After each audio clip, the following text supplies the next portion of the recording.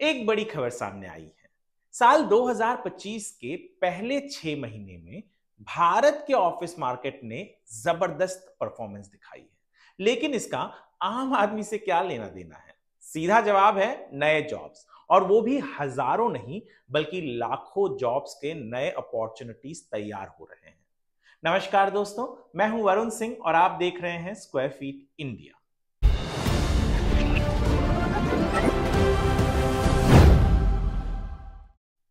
मैं पिछले 20 सालों से रियल एस्टेट कवर कर रहा हूं और इतनी तेजी मैंने पैंडेमिक के बाद पहली बार देखी है।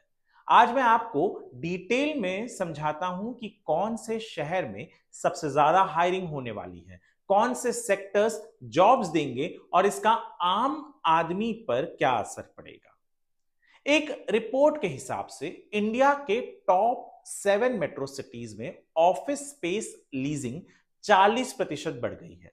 पिछले साल के 19 मिलियन स्क्वायर फीट से यह बढ़कर 26.8 मिलियन स्क्वायर फीट तक पहुंच गया है। ये नंबर सिर्फ रियल एस्टेट के नहीं है, ये एक बैरोमीटर ऑफ जॉब्स है।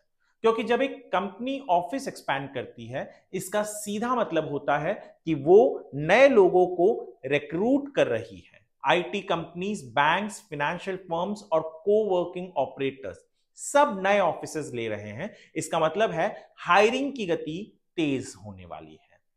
अब देखिए, सेक्टर्स की बात करते हैं तो आईटीज और आईटीज जो सेक्टर है उन्होंने सबसे बड़ा हिस्सा लिया है, लगभग 29%। जी हां, ये वही सेक्टर है जो बेंगलुरु, पुणे, हैदराबाद में नए जॉब्स क्रिएट कर रही है। कोवर्किंग कंपनीज का हिस्सा आया 22%। मतलब स्टार्टअप्स, फ्रीलांसर्स और हाइब्रिड वर्किंग मॉडल के लिए नए फ्लेक्सिबल ऑफिसेस खुल रहे हैं। बीएफएसआई सेक्टर यानी बैंकिंग और फाइनेंस ने अपना 18% शेयर रखा है, जहां मुंबई और एनसीआर जैसे शहरों में नए फिनटेक हब्स खुल रहे हैं। ये तीन ही सेक्टर्स आज के जॉब मार्केट के असली ड्राइवर बन गए हैं। चलिए अब बात करते हैं शहर दर शहर जॉब हॉटस्पॉट्स की। बेंगलुरु सबसे बड़ा विनर, यहां 6.55 मिलियन स्क्वायर फीट का ऑफिस स्पेस एब्जॉर्ब हुआ है, जो 64% ज्यादा है पिछले साल के मुकाबले। मतलब यहां आईटी और स्टार्टअप्स दोनों में फ्रेश हायरिंग वेव आने वाली है। पुणे इस साल का स्टार परफॉर्मर, यहां लीजिंग में 188% ग्रोथ हुई है। मैन्युफैक्चरिंग और आईटी दोनों सेक्टर्स यहां हायरिंग ड्राइव कर रहे हैं।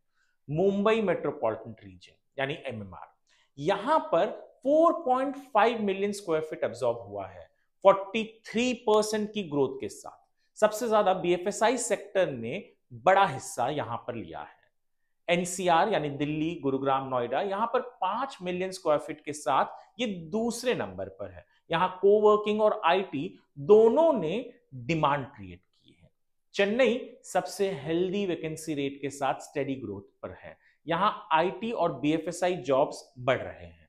हैदराबाद डिमांड तो है लेकिन वैकेंसी 26% के ऊपर चली गई है। मतलब हायरिंग होगी पर ध्यान से, कॉशियस तरीके से। कोलकाता, यहां पर सिचुएशन थोड़ी वीक है, लीजिंग गिर गई है, मतलब हायरिंग अभी स्लो होगी, लेकिन कंसल्टेंसी और आईटी के कुछ नए ऑफिसेस यहां पर जरूर खुल रहे हैं। अब सवाल यह है कि इसका आम आदमी पर क्या असर पड़ेगा। सिंपल जवाब, नए जॉब्स। जब कंपनीज नए कैंपसेस ले रही है, इसका मतलब है वो हजारों लोगों को रिक्रूट करने वाली है। आपको आईटी पार्क्स, फाइनेंस हब्स और नए कोवर्किंग कैंपसेस में जॉब अपॉर्चुनिटीज मिलेंगी। फ्रेशर्स के लिए ये एक बड़ा मौका है और एक्सपीरियंस प्रोफेशनल्स के लिए करियर स्विच का सही वक्त। मेरे 20 साल के जर्नलिज्म एक्सपीरियंस में मैंने देखा है कि ऑफिस मार्केट की डिमांड और जॉब्स एक दूसरे के साथ चलती है। जब ऑफिस स्पेसेस खाली पड़े रहते हैं, जॉब्स रुक जाती है, और जब ऐसे 40% ग्रोथ होती है तो इसका मतलब है इंडिया की इकोनॉमी में कॉन्फिडेंस वापस आ रहा है। बेंगलुरु और पुणे नए हायरिंग हब्स बन रहे हैं, मुंबई और एनसीआर अपनी पोजीशन मजबूत कर रहे हैं। आपको बस तैयार रहना है, क्योंकि ये हायरिंग वेव आपके करियर को एक नए लेवल पर ले जा सकता है। तो दोस्तों, इंडिया के ऑफिस मार्केट का ये बूम एक क्लियर सिग्नल है। जॉब्स आ रही है, ये हायरिंग वेव आईटी, बैंकिंग और स्टार्टअप सब जगह नए अपॉर्चुनिटीज क्रिएट करेगा। सवाल ये है क्या आप तैयार हैं अपने अगले करियर मूव के लिए? इसी तरीके के और इंफॉर्मेटिव वीडियोस देखने के लिए हमारे चैनल स्क्वायर फीट इंडिया को आप सब्सक्राइब जरूर करें।